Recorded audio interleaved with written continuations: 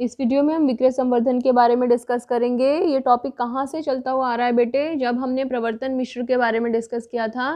प्रवर्तन मिश्र के 4 स्तंभ थे, 4 टूल्स थे, 4 तत्व थे जिनके बारे में हमने डिस्कस किया था। सबसे पहला क्या था? विज्ञापन। याद आए प्रवर्तन मिश्र के 4 टूल्स, 4 तत्व कौन से हैं? विज्ञापन। दूसरा हमने किया था व्यक्तिगत विक्रय। अब हम तीसरा डिस्कस कर रहे हैं विक्रय संवर्धन, और चौथे की हम बात करेंगे जनसंपर्क। तो सबसे पहले विक्रय संवर्धन की तरफ चलते हैं। तो हमारे टॉपिक का नाम क्या है? विक्रय संवर्धन, सेल्स प्रमोशन। विक्रय का संवर्धन, बिक्री को बढ़ाना, नाम से ही पता चल रहा है। What is the objective of this component of promotion mix? प्रवर्तन मिश्र के इस तत्व का क्या महत्व है?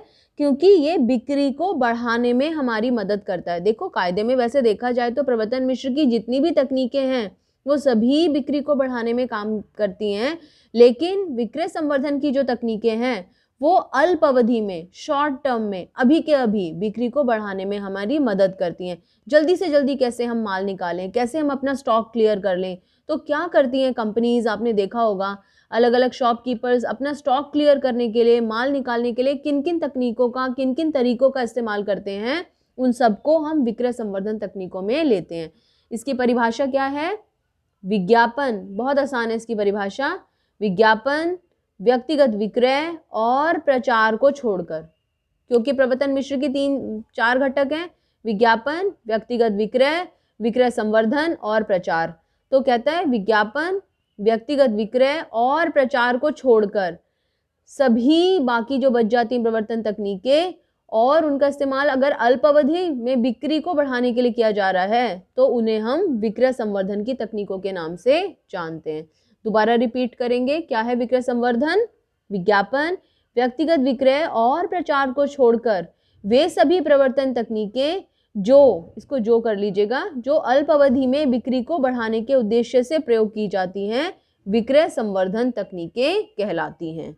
नोट डाउन कर लीजिए डेफिनेशन। अब बात करेंगे विक्रय संवर्धन तकनीकों में क्या क्या आता है, इसकी क्या विशेषताएं होती हैं।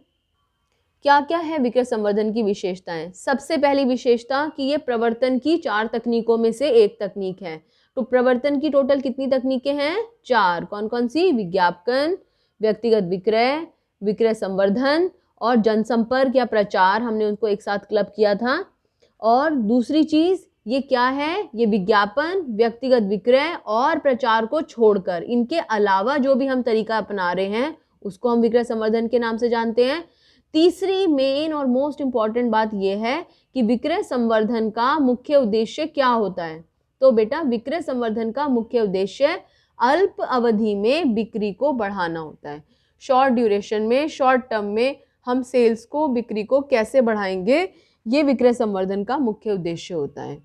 इन तीनों विशेषताओं को नोट कर लो। अब बात करते हैं विक्रय संवर्धन में क्या क्या चीजें सम्मिलित होती हैं।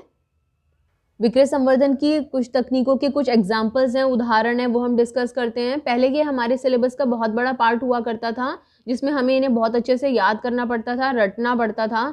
लेकिन अभी क्या है, फिलहाल हमें इनको एग्जाम्पल्स के तौर पर अपने दिमाग में रखना है। शॉर्ट टर्म में अभी के अभी बिक्री को बढ़ाने के लिए कंपनी क्या क्या कर सकती है। सबसे पहला तरीका, छूट देना।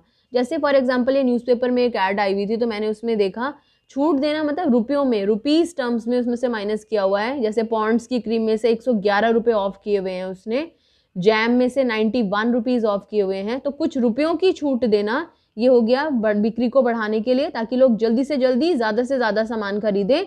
अमाउंट में से माइनस कर देना, कुछ रुपयों की छूट दे देना। जैसे यहाँ पर कितने की छूट मिल रही है हमें? 111 रुपये की। यहाँ पर किसान जैम में हमें कितने की छूट मिल रही है? 91 रुपीज़ की। दूसरा तरीका, कटौती करना। कटौती करना, अगर इसे लिखा हुआ देखा होता है आपने, 25% की छूट, 40% की छूट। ये फेस वॉश खरीद रहे हैं तो इस पर 30% की छूट। तो प्रतिशत की फॉर्म में, परसेंटेज फॉर्म में अगर वो उसमें से अमाउंट को घटा रहा है तो हम वहाँ पर उसको क्या नाम दे देते हैं कि कटौती कर दी हमने इसमें। तीसरा उदाहरण है उत्पाद का मिश्रण। जब कई बार कंपनीज 2 प्रोडक्ट को एक साथ लॉन्च करने की कोशिश करती है, या जैसे कि आटे की थैली के साथ में बेसन मुफ्त दे दिया कंपनी ने, या कोका कोला की बोतल के साथ में जूस फ्री दे दिया। तो एक उत्पाद के साथ में अगर कोई दूसरे प्रोडक्ट को, दूसरे उत्पाद को मुफ्त में दे रही है कंपनी, तो ये भी बिक्री को बढ़ाने के उद्देश्य से किया जा रहा है। ऐसे में कई बार कंपनी क्या करती है, अपने जो प्रचलित प्रोडक्ट है, कोई फेमस उत्पाद है, उसके साथ में कोई अपना नया प्रोडक्ट उसके साथ में अटैच करके मुफ्त में दे देती है। कंपनी को क्या बेनिफिट होता है उसका, कि जब लोगों तक वो सामान पहुंचता है, हमारे पास मुफ्त में अगर कोई चीज़ आती है तो कैसे ना कैसे करके हम उसको यूज़ करके तो ज़रूर देखते हैं एक बार। तो अगर वो हमें पसंद आता है तो अगली बार हम उसको खरीदने के बारे में भी सोचेंगे। लेकिन अगर वो चीज़ हमें मुफ्त में नहीं मिली तो शायद पहली बार हम उस पर पैसा खर्च करने से पहले सोचेंगे, विल थिंक अबाउट दैट। तो इसलिए कंपनी बहुत बार इसको अपने प्रोडक्ट के प्रमोशन के लिए भी यूज़ करती है।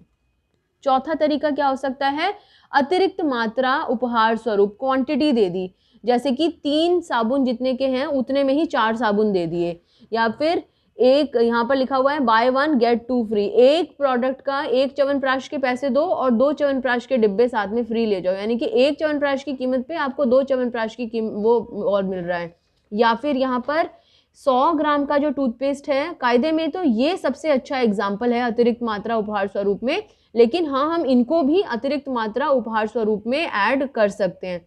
जैसे कि टूथपेस्ट है 100 ग्राम का, लेकिन 100 ग्राम अगर 100 रुपये का आता है तो उसमें 25 ग्राम, 100 रुपये में ही हमें 125 ग्राम अगर टूथपेस्ट मिल रहा है तो वो अतिरिक्त मात्रा उपहार स्वरूप की श्रेणी में हमारा आ जाता है।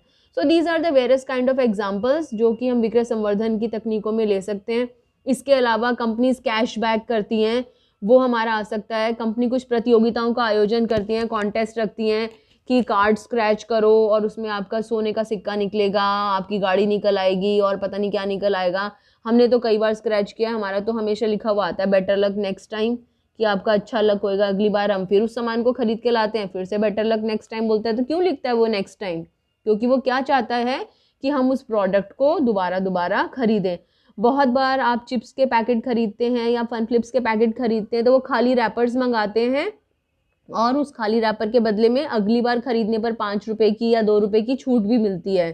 तो ऐसे बहुत सारे एग्जाम्पल्स हैं जो कि अल्पावधि में, शॉर्ट टर्म में बिक्री को बढ़ाने के लिए यूज़ किए जा सकते हैं। एक और एग्जाम्पल है, कई बार जैसे क्रिसमस की 25 दिसंबर के आसपास सेल लगा दी, दिवाली पे सेल लगा देते हैं। क्या करते हैं वो, अपना स्टॉक क्लियर करने के लिए इन सभी तकनीकों का प्रयोग करते हैं। तो क्या लगता है, कंपनीज ये सारी विक्रय संवर्धन तकनीकों का इस्तेमाल क्यों करती है, या कंपनी को क्या फ़ायदा पहुंचता है इससे? तो नोट कर सकते हैं विक्रय संवर्धन से क्या क्या फ़ायदे होते हैं। सबसे पहला, सबसे बड़ा फ़ायदा, तेज़ी से बिक्री में वृद्धि होती है। बहुत तेज़ी से सेल्स में वृद्धि होती है। इससे ध्यान आकर्षण करने में सहायक होता है। लोगों का ध्यान आकर्षित करने के लिए कंपनी इन तकनीकों का, इन तरीकों का इस्तेमाल करती है। नए प्रोडक्ट के लिए, नए उत्पाद को लॉन्च करने में विक्रय संवर्धन की तकनीक बहुत ज़्यादा उपयोगी होती है। जैसे मैंने कहा कि पहले से प्रचलित कोई प्रोडक्ट है तो उसके साथ में कंपनी अपना कोई नया प्रोडक्ट जोड़ के लोगों को दे सकती है। ऐसा कौन सा प्रोडक्ट है जो आपने किसी फेमस प्रोडक्ट के साथ में उसका नया प्रोडक्ट ट्राई किया और फिर दोबारा ख़रीदा भी, मुझे कमेंट करके बताना। और सभी प्रवर्तन तकनीकों के में तालमेल बिठाने के लिए भी विक्रय संवर्धन तकनीक का इस्तेमाल किया जाता है। अच्छा, इस विक्रय संवर्धन तकनीक का इस्तेमाल करने का कोई नेगेटिव इम्पैक्ट भी हो सकता है। जैसे कि अगर मैं आपको बताऊं कि जब मैंने देखा कि यहाँ पर 1 च्यवनप्राश का डब्बा खरीदने पे मुझे 2 च्यवनप्राश के डब्बे मुफ्त मिल रहे थे, तो मेरे दिमाग में क्या आया, आपको क्या लग रहा है? 1 डब्बा खरीद रहे हैं, 2 वो मुफ्त में दे रहे हैं। नेगेटिव इमेज बन रही है मेरे दिमाग में। तो एक मुझे क्या लग रहा है कि भाई इनका लगता है च्यवनप्राश बिक नहीं रहा, ज़बरदस्ती में हमें थोपने की कोशिश कर रहे हैं इसको। तो कई बार विक्रय संवर्धन की तकनीकों को अगर हम बहुत ज़्यादा एक्सेसिव यूज़ करते हैं तो उसका कंपनी की इमेज पर एक नेगेटिव असर भी होता है। या कई बार लिखा होता है सेल लगी है, 70% की छूट है, 80% की छूट है।